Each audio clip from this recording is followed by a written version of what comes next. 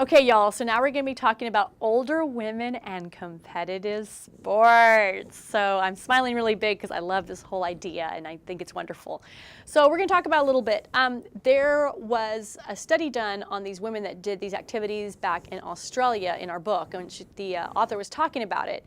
And there were some great things that were brought up about it. So, one of the things we want to talk about is that first of all, the older women that choose to be in competitive sports should get an automatic high five. That's fantastic. That's incredible. Because these women grew up in a time where you didn't do anything leisure-wise. Like we talked about earlier, your leisure activities was being a part of Thanksgiving dinner or helping organize events around the house. So the fact that these women are growing up are now grown up and older, 55 and older, 65 and older, and they want to do not just activities, they want to do competitive sports, is just going against so much of what society says and so much of what's appropriate, and these women love it. So it's really, really exciting. As these women were growing up, there was no real opportunity for these women to even get a chance to try out these sports. They couldn't do running. They couldn't do, any sort of activity, competitive activity, rowing or anything like this because, number one, they weren't even given an opportunity to try out or learn how to do it. You're a woman, stay at home. This is not something that you do for your leisure activities. You stay at your home. So number one, you have the history and the way that we talked about earlier of this is just the way it is and we accept it. Secondly, these women were also, most of them were moms and caregivers, so they never even had the time to be able to learn any of these sports or these activities. So the two main demands that they had was, of course, their time and their actual themselves. They're going out, being a caregiver of little kids, taking care of older family members. As they're growing up, they're taking care of, the in-laws, and they're taking care of their kids. So no time, and themselves are not available to do it. So, and so on top of all these things of being a woman, one of the biggest things is you have a stereotype of older individuals. And this is when our society tells these people, you're old now, you need to slow down, you need to stop and smell the roses, your bones are very fragile, you're declining in health, and you just need to kind of slow down a little bit and just, don't do anything activity-wise or anything. And so it's very interesting that these leisure activities are being seen as huge. I mean, if you do leisure activities, it should be bridge playing with a bunch of your friends at a friend's house. You can't do anything like weightlift, or you can't do anything like rowing. That's not what you do. Your body could be hurt. But these leisure activities also promote a lot of things that are great for them. They still promote them a lot of joy, a lot of friendships, provides them a lot of teamwork opportunities, and it's not bad that these people push their bodies. It's a good opportunity. Like I always say, my whole logo in life is when you stop, you die.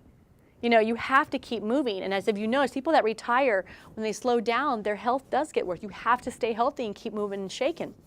So when these women were asked during the study, they were asked, why do you compete? What's the reason? And a lot of them said that they were doing it just for something fun to do. They were doing something just to spend some time. They liked the atmosphere. But a couple of them said they like to win. So these women that were in these competitive sports really enjoyed doing this. So it was very, very exciting to do that. They also wanted to do their personal best. So not only did they want to win first place, or they wanted to win first place, they also had a personal goal. So a good example is a woman may say, you know what, the last time I did this, I did it in 45 minutes. My goal this time is I want to do it in 40 minutes. So they set a goal for themselves. What was very interesting about this study was that women felt guilty for saying that they wanted to win. So a lot of times when they were asked by this researcher and they would say, hey, I want to win, I have the winning streak, they would kind of say, oh, but it's okay, I want to have fun too, and it's just want to, it's like being competitive, but it really is just for the fun and stuff like that. It's almost like they felt, what's one of the key words in this class? Guilty. They felt guilty that they liked the competitive age, that they wanted to win and they wanted to do well. So a lot of them said that they really enjoyed it. It was a good opportunity for them to do it. And they also said, they wanted to spend the time with these people that they had in common, and they enjoyed it. One of the things that I also liked a lot about it was that they also said, if they didn't win, a lot of these people this age were perfectly fine just walking away and saying, you know, I had a good time, I put forth my effort. While us younger generations were a little bit more competitive, keep a chip on our shoulder about it. A lot of these older people are like, well, I didn't win, but I had a great time. So they're a lot more accepting of not winning first place, but there is definitely a streak in them. So to add a little bit more about this, I want to tell you guys about a personal experience. I used to be the executive director of Texas Dragon Boat Association, which is a Chinese rowing technique, which is a very long boat. You put 20 people in it, 10 rows of 2. You have a steers person in the back, you have a drummer in the front. And dragon boat racing is very, very popular.